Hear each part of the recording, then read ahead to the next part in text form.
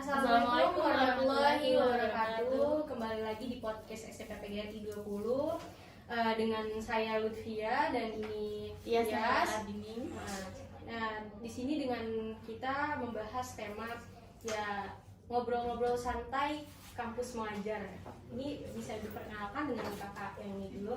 Oke, halo semuanya, nama aku Imania, biasa dipanggil Ima. Halo, aku Winanda, biasa dipanggil Nanda. Kalau boleh tahu, kakak di kampus mana ya? Kalau aku sendiri dari kampus Universitas Diponegoro, itu di Semarang. Jurusannya sekalian ya, jurusannya Sastra Indonesia, fakultasnya Fakultas Ilmu Budaya. Jadi aku anak seni. Oke. Kalau aku dari Universitas Kristen Satya Wacana, Fakultas Keguruan dan Ilmu Pendidikan, jurusan Bimbingan dan Konseling. Oke. Kalau boleh tahu tips-tips untuk masuk ke universitas lebih mudah itu gimana sih kak? Siapa? Nanda mau jawab? Aduh, tolong aku dulu. Oke deh. Jadi kalau aku dulu tuh terpacunya karena kakak-kakak kelas. Kan kalau di aku SMA-nya juga negeri nih kebetulan. Nah SMA aku itu kebetulan juga SMA favorit di kota aku. Nah kakak-kakak kelas aku itu mereka kuliahnya di UGM, di UI, di ITB. Nah itu kan universitas ternama di Indonesia nih. Jadi mau nggak mau adik-adik kelasnya itu harus ngejar nih biar sekolahnya itu akreditasinya tetap A, tetap bagus gitu. Nah dari sekolah itu biasanya menganjurkan kita untuk menaikkan nilai nih, rata-rata nilai dari semester 1 sampai semester 5. Semester 5 itu kelas 12 semester 1 ya. Nah kalau aku sendiri itu biasanya tipsnya cuman nebeng temen. Jadi ada temen, aku tuh anaknya nggak rajin kan. Nah ada temen yang rajin, aku ikut aja nih. Misalkan dia belajar, aku nimbrung nih dia belajar apa, aku tanya kayak gitu dah. Karena aku anak bahasa dan kalau anak bahasa itu kan tes masuk perguruan tinggi itu tesnya IPS ya. Jadi kan nggak dapat pelajarannya. Nah itu kita nimbrungin sama anak-anak IPS. Deketin aja teman-teman IPS. Itu nanti bisa sendiri kok. Jadi intinya nggak usah malu-malu untuk deket-deket. Iya, pokoknya intinya nggak usah malu-malu dan harus selalu tanya sih ya. Gitu. Agar bisa dapat informasi yang lebih jauh. Iya benar. Kalau kakaknya gimana? Kalau Aku narik nafas dulu nih karena untuk perjuangan masuk kuliah itu jujur sangat amat berat kalau pengalaman aku sendiri. Mau misalnya dari pokoknya kalau kita mau masuk ke universitas, udah mau mengincar negeri, dari kelas 10 itu harus udah belajar yang benar biar nilainya bukan statis apa? Stagnan. Naik istilahnya, Iya. naik. Terus habis itu ya materi-materinya juga bisa kalian pahami dengan baik. Itu tuh akan sangat berguna ketika kalian mengikuti tes nantinya, tes masuk perguruan tinggi. Kalau aku sendiri ya biasalah, namanya juga remaja gitu, masih mau main-main, masih mau segala macam, belajar gitu. Cuma tidak sepenuhnya fokus pada pelajaran, masih ada belajar main-main gitu. Jadi waktunya pun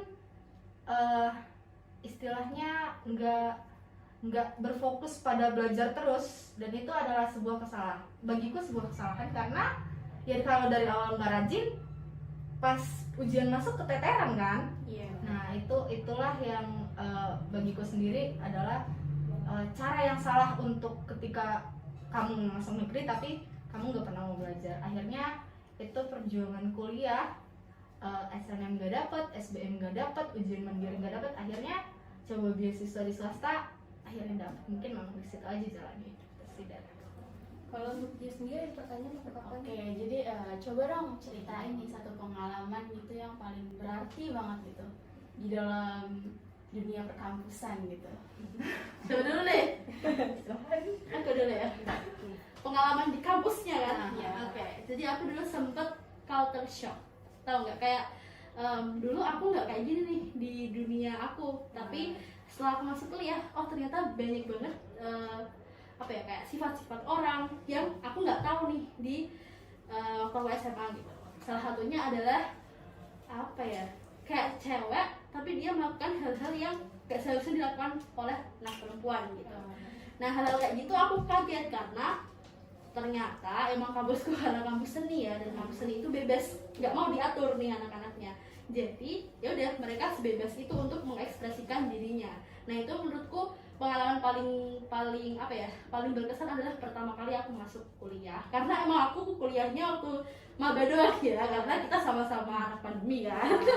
Jadi ya jadi ya udah kayak gitu. Nah itu culture shocknya di situ aja sih. Jadi pengalaman paling oke-nya di situ. Kalau Nanda? Kalau aku sendiri, kalau untuk culture shock ya, aku kan dari istilahnya dari kota, bukan dari kota besar istilahnya lah, terus tiba-tiba merantau ke Jawa, di mana perbedaan bahasanya itu jauh banget kan. Aku harus berusaha untuk beradaptasi di sana. Itu yang membuat aku shock. Kadang nih kalau kita diskusi kelompok, mereka ngomong pakai bahasa Jawa, aku diem doang, kayak aduh tolong dong bahasa Indonesia gitu. Mereka juga karena udah bahasa ibunya juga bahasa Jawa sehari-harinya, jadi kadang mereka malah bisa bahasa Indonesia, tapi untuk berbicara dengan jelas gitu itu agak kesulitan gitu, istilahnya belibet lah gitu. Itu yang pertama yang buat bagiku jadi tantangan ya di sana. Terus kalau misalnya di perkuliahan itu adalah ketika kamu harus belajar membuka diri ke teman-teman yang lain. Kalau kampus itu kan istilahnya luas banget ya, maksudnya universitas dari universal gitu, dari kota-kota, dari daerah-daerah manapun masuk gitu. Jadi kamu harus bisa istilahnya netral. Kamu nggak bisa mihak ke sana, nggak bisa mihak ke sini, nggak bisa menilai begitu, nggak bisa menilai begini, karena yang kamu temukan adalah orang-orang baru yang nggak pernah kamu temukan di dunia SMA kamu, di mana dunia SMA kamu tuh lingkupnya ya situ aja gitu. Jadi itu juga jadi salah satu tantangan sih, karena kita jadi belajar gimana cara orang itu sikapnya nggak gitu-gitu aja, ternyata ada yang nggak begini, ada yang begitu. Kalau dari aku. Oke, jadi gimana sih rencana ke depannya gitu? Rencana ke depan untuk apa nih? Ya misalkan pekerjaannya tuh atau Oke, apa ke depannya gitu. Kalau aku sendiri karena bukan passionnya menjadi guru dan bukan jurusan guru ya sebenarnya, karena sastra, paling pengen jadi apa ya? Aku tuh pengen banget kerja di radio, nggak tahu kenapa. Pengen. Nggak tahu di mana, pokoknya di bidang apapun yang penting di radio aku pengen. Gitu sih. Jadi ngejarnya ke situ terus. Kalau Nanda? Ya karena aku udah dari keguruan ya, ujungnya pasti ke sekolah lah, ke dunia pendidikan gitu. Itu aja sih kalau dari aku. Kalau boleh tahu kampus mengajar itu apa sih Kak? Kalau boleh tahu dari saya, kampus mengajar itu apa? Kalau kampus mengajar sendiri itu sebenarnya programnya hampir sama kayak magang jadi guru. Jadi kita tuh sebenarnya bukan jadi guru sih. Jadi kita itu ditarik ke sekolah-sekolah, di mana sekolah-sekolah itu masih membutuhkan kami sebagai mahasiswa yang tahu ya, maksudnya kayak misalkan ada nih guru kan, kalian sering gak sih nemuin guru yang mereka tuh metode mengajarnya masih konvensional, kayak cuma nulis di papan tulis, menjelaskan gitu kan, ada kan. Nah sedangkan kita tuh punya metode lain kayak bikin PPT yang menarik atau video atau lain-lainnya. Nah kita tuh dianjurkan untuk mengajarkan hal itu. Terus kalau yang sekolah tunjukkan PISA kayak kalian ini, nah kita juga ngajarin PISA kayak gitu ya sih. Gitu, kampus mengajar itu. Oke. Apalagi nih pesan-pesan nih buat adik-adik di rumahnya gitu, di yang rumah. emang mau masuk kampus atau kampus kakak gitu, apa sih gitu loh pesan-pesannya. Nada Aku kalau untuk aku sendiri, kesan pesan adalah apalagi terutama bagi kelas 9 ya. Ini kalian sudah memasuki tahap yang menentukan kemana arah tujuan hidup kalian mau kalian bawa gitu. Jadi mulailah belajar yang rajin, mulailah istilahnya giat dalam mengerjakan sesuatu, karena itu akan benar-benar berpengaruh besar terhadap keputusan kamu nantinya di masa depan gitu. Ketika kamu sudah punya niat yang baik yang sudah kamu susun dari awal, itu akan membantu kamu untuk melihat kemana nih arah tujuan saya, kemana nih apa nih yang harus saya lakukan ke depannya yang nantinya akan membangun diri saya sendiri. Itu sih kalau dari aku. Kalau dari kakak? Kalau dari aku pesan-pesannya buat adik-adik di rumah, menurutku kalau misalkan kalian masih mau main-main atau masih mau bandel-bandel itu wajar banget karena kalian masih SMP gitu.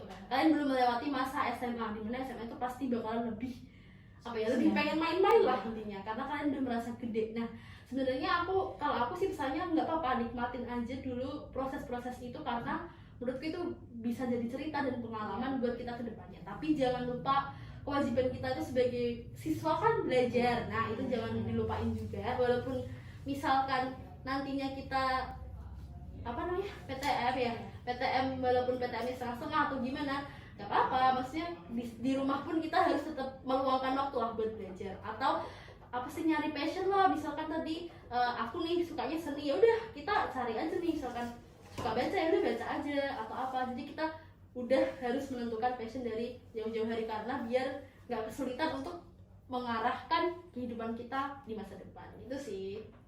Kalau pendapat kakak untuk SMP PGRI 20 ini apa nih? Apa ya? Masih baru sih ya kita di sini, maksudnya belum ada 1 bulan. Kalau aku sih sebenarnya guru-gurunya ramah, maksudnya guru-gurunya itu welcome sama kita sebagai mahasiswa yang mau membantu mereka gitu. Terus kalau murid-muridnya, karena emang kita ketemu awal itu sama anak kelas 9 gak sih? Kenalan kan sama kelas 9. Nah itu ya sama sih seperti anak-anak pada umumnya dan belum begitu mengenal sih, jadi kita pengen lebih mengenal lebih jauh dulu SMP PGRI ini. Kalau untuk kakak? Kalau untuk aku sendiri sih ya memang hampir sama ya, kita benar-benar disambut dengan baik. Kita jadi istilahnya, jadi ketika kita merasa nyaman, jadi kita bisa mengerahkan apa yang kita punya setidaknya untuk membantu SMP PGRI ini. Oke, semoga kegiatan program ini kedepannya berjalan dengan baik. Amin. Ya, terima kasih juga udah mau hadir ke acara bincang-bincang kita. Oke, siap. Cukup sekian dari kita. Mohon maaf bila ada kesalahan. Jangan lupa subscribe dan like, komen juga jangan lupa. Terima kasih. Wassalamualaikum warahmatullahi wabarakatuh.